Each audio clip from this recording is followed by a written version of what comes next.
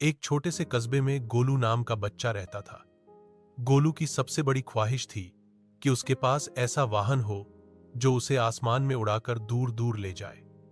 रोज school जाते हुए जब वह आसमान में उड़ते पंछियों को देखता तो सोचता, काश मेरे पास भी पंख होते। एक दिन गोलू अपने पापा के साथ बाजार गया। वहां उसने एक पुराना ऑटो देखा जिसे कोई खरीद नहीं रहा था।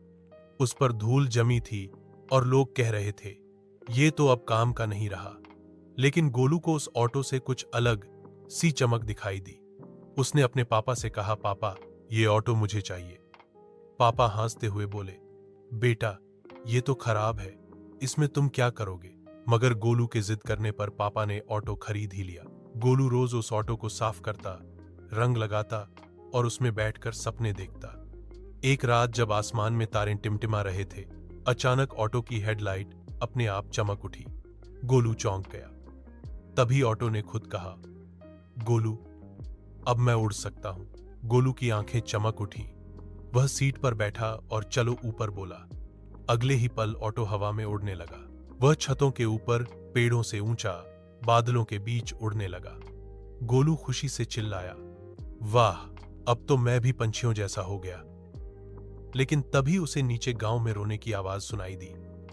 उसने देखा एक घर में आग लगी थी और लोग पानी लाने भाग रहे थे। गोलू ने तुरंत उड़ते ऑटो को उस घर की ओर मोड़ा और ऊंचाई से पास की नदी से पानी भरकर आग पर गिरा दिया। सब लोग बच गए। गांव वाले चौंक गए कि ये कैसा जादुई ऑटो है। अब गोलू रोज अपने ऑटो से जरूरतमंदों की मदद करने लगा। कोई पेड़ पर फंसा हो, कोई खो जाए या किसी को दवा पहुंचानी हो, गोलू और उसका उड़ने वाला ऑटो तुरंत पहुंच जाते। धीरे धीरे गांव के लोग उसे नन्हा हीरो कहने लगे।